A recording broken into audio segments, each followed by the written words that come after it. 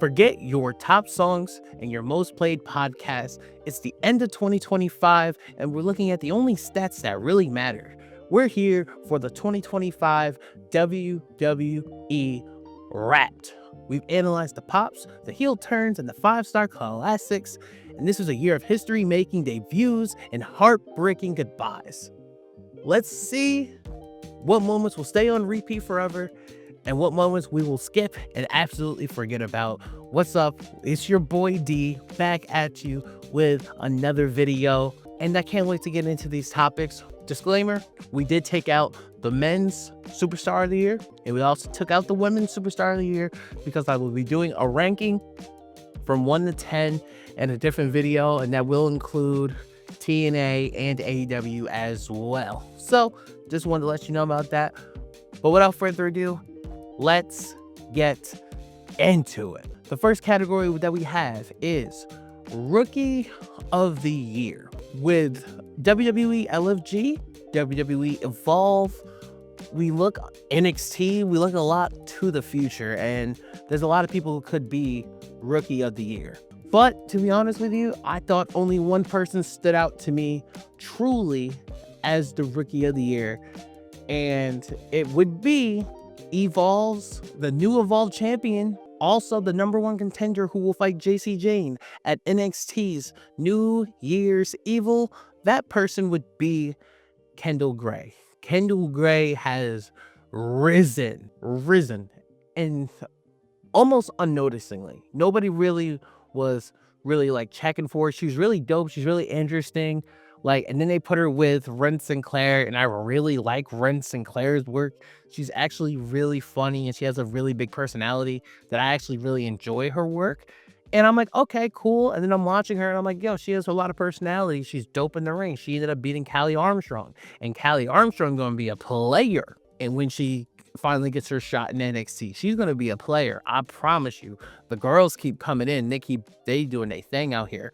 And then I'm watching the Women's Iron Survivor Challenge, and I'm like, yo, this Kendall Gray girl, she's a baller. And I seen her in a bunch of other matches in NXT, and I'm watching, and I'm like, hold on, she might have something. And then when she put the straps down like she was Angle, I said, ooh, wait a minute, we might have something here. She has style. And then I watched her do a promo, and it was solid. I think she is the building blocks to get to the future. And now with her great performance at Deadline, she has a shot against the NXT Women's Champion, JC Jane. And during Kendall Gray's promo, she made a very great point. She said, nobody expects me to win the Women's NXT Championship at New Year's Evil.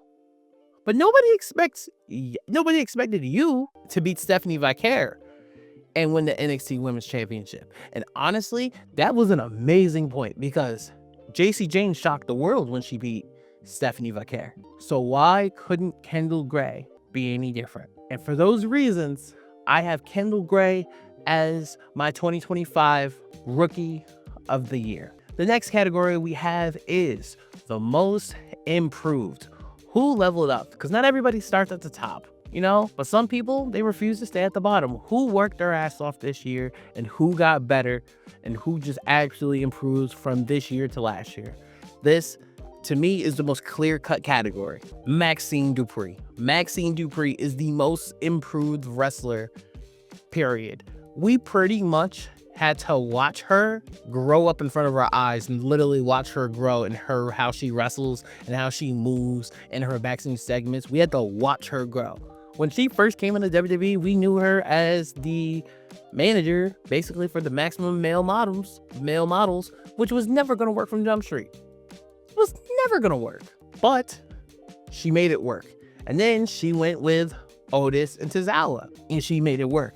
And we got to watch her train and become better and better.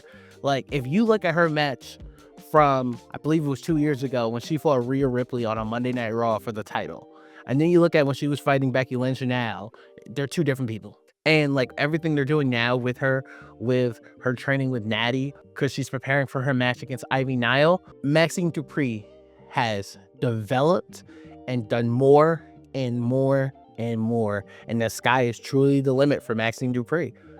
I have to give her flowers with this award because she has shown she belongs here. And like, she really got that dog in her. If you really think about it, she's not just a pretty face. Maxine Dupree absolutely has that dog in her. And I truly think the sky's the limit for Maxine Dupree. She looks the part. She's a very humble girl. Like, my only question with Maxine Dupree, and I would love to see one day if she could really be a down rotten heel. I feel like that would be a real interesting thing. But my most improved wrestler in 2025 is Maxine Dupree. Now, not to get a little negative, but we gotta do what we gotta do. Who was the biggest letdown in 2025? Some people may say the John Cena heel turn. I'm not one of those people. I actually like John Cena heel turn. But the most letdown for me, honestly, was the New Day. I hate to say this, the New Day, because like when the New Day had so much heat going into 2025 with them breaking up and turning their backs on Big E, I thought their heel turn was going to cook on so many levels, but the ball was dropped by WWE, by the creative, so hard. Because Woods and Kofi Kingston are so talented, but just like, I just don't understand why they went this way. And now their new outfits, they look really weird. They dress like funerals all the time. I don't get the vibe. I don't get it. Like, do people boo them? Yes. But like, are the New Day considered interesting anymore? I don't think so. Like, with everything going on with Kofi Kingston and Xavier Woods, when they were arguing and doing these crazy back promos at one another last year, if you would have told me we were putting them versus the Usos, I would have been excited. But they're fighting tomorrow night on Monday Night Raw, and I'm just like, Like, I don't know. It's not giving. It's really just, and I really root for the New Day. I really like the New Day, but like, I just don't think the heel turn really worked out. I just think like the segment of them turning on Big E was really cool. It was really interesting, but I think they would have been better off going their separate ways. I think if they went their separate ways, I think it would have been a very interesting deal for them. I just don't think it works in 2025. Could it be better in 2026? Absolutely. I hope it will be better in 2026. It just didn't cook for me in 2025. When they won the tag team titles at WrestleMania 41, it was just like, cool. Okay. But that's also not their fault. The tag team division has been lacking ever since the Usos dropped the title at WrestleMania 39. And I stand on business when I say that. So that's who I picked for my biggest letdown of 2025. Next is the return of the year. Some returns are really good. Some returns are excellent. But this one felt like a fever dream. The return of the year is no other than AJ Lee. If you was told somebody 5 years ago AJ Lee was returning to the WWE, WWE fans would have laughed at us. AJ Lee being back in the WWE is such a beautiful thing. I don't care what nobody says. Reason being is, when you look at everything AJ Lee did for the business, when she was champion, she was on top, she was not like anybody else. And when you look at a lot of the characters in WWE today, they all look up to AJ Lee. Roxanne Perez's, your Cora Jade's, Bayley, like Liv, like everybody really all looked up to AJ Lee because of how special she is. And now AJ Lee was kind of like in that mix between the women's evolution where like you were wanting it, but when she left is when you got it. Cause like back then it was really only like AJ, Paige, Caitlyn, Eve Torres got better through time, but like they really weren't getting the shots that they absolutely deserved. And AJ now in the WWE can do that. Like, I would love to see AJ Lee versus Roxanne, AJ Lee versus Liv Morgan, AJ Lee versus Alexa Bliss, AJ Lee versus Charlotte, AJ versus Rhea, like AJ versus Jade. AJ Lee has always been somebody who had very good presence and very good mic skills. And at that time, it was kind of rare to see a woman who's a smoker on the mic. And I just really love AJ returning because it's back like she never left. And I just think that she's going to continue to grow and bloom and continue to do great things. And I can't wait to see what she does at the Royal Rumble, Wouldn't be surprised maybe if she was in contention of winning the Royal Rumble. But also, I can't wait to see what she does at WrestleMania. AJ Lee being back in the WWE is the biggest reason why we can continue to believe in wrestling. You never say never. The next category we have is PLE of the year. This one can be pretty much considered like album of the year. Which one cooked way harder than the rest? There's a lot of things you can say. I liked WrestleMania 41, but that's not the answer. SummerSlam was dope. That's not the answer. I'm going to pick, my pick for PLE of the year is going to be one that's going to be surprising to a lot of people. For me, it's Evolution 2. For Evolution 2 to be the PLE of the year, when it was going head to head with AEW All In, and then it was also competing with Saturday Night's Main Event, Goldberg's final match. The ticket sales were low for Evolution 2. And oh my God, did they knock Evolution 2 out the park. Rhea Ripley versus Io Sky was elite. Absolutely elite. I love the 4-way tag match for the women's titles. Getting Sol Ruka and Zarya their first real taste on the main spotlight. JC Jane versus Jordan Grace with the NXT Women's Championship on the line.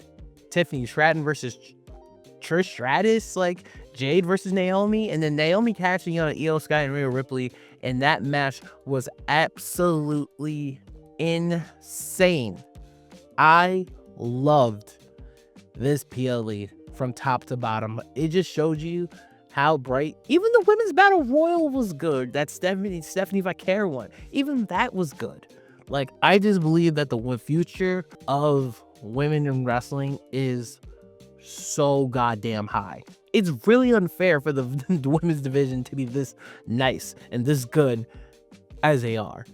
And I just really wish that we can start to get more emotional writing from the creative team for the women to be in their storylines. I just think it'll only make them better.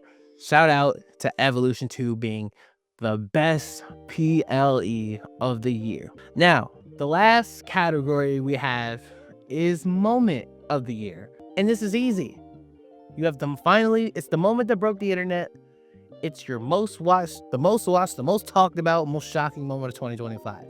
Whether you like it or you don't. John Cena heel turn. The initial heel turn is one of the biggest moments in professional wrestling. You will never forget that heel turn at Elimination Chamber.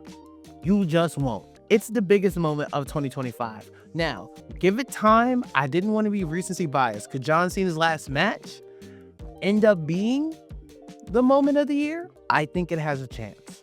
I absolutely think it has a chance. But I don't know if it's bigger than when John Cena turned heel. That shit broke the internet. John Cena's a household name. Everybody was going to say goodbye to John Cena, no matter what. No matter what. But The Rock and Cody doing the Sell Your Soul, and John Cena kicking Cody straight in the area, basically giving him that, am I my brother's keeper? Yes, I am. One to the head like he's Nino Brown from New Jack City. That was pure cinema. What? That whole arc was absolutely fire. And I loved every single bit of it. I don't know what you could do better than that heel turn. That's the biggest moment, because everybody who grew up with John Cena or know about what he does for Make-A-Wish or what he does as Peacemaker, everybody was going to say goodbye to John Cena. I saw people on First Take and SportsCenter talking about John Cena's heel turn. I saw the internet broke finding out that John Cena became a bad guy. And the floodgates opened. Everybody had these ideas. And everybody was like, where could this go? Are we getting new music? Are we getting new ring gear? It was the most talked about thing, period. I think, just think about having literally a promo, a segment in a PLE. That's literally, it's just a segment. And it was absolutely amazing. The only thing that tops it, to be honest with you, in heel turns is really when Hulk Hogan became the third member of the NWO. That's it. But that's how special it was from the jump street. And you got to give your flowers to John Cena's heel turn as the moment of the year. That's my WWE 2025 wrap. What's yours? If you think I picked the wrong moment for the wrong category, let me know. What you got for that category? You may be able to change my mind. I maybe would be like, bro, you know what? You got it. My fault. Let me know what you guys think in the comments below. Bro, it's been a great 2025. I'm hyped for 2026. And I do got some things I want to see in 2026 that I'm definitely going to have to run by you. So thank y'all for listening. Thank y'all for watching. Please like, comment, subscribe, ring the bell for notifications, and hit that mother in like below. It has been your boy D, Forever Gang. Until forever finds you. Peace.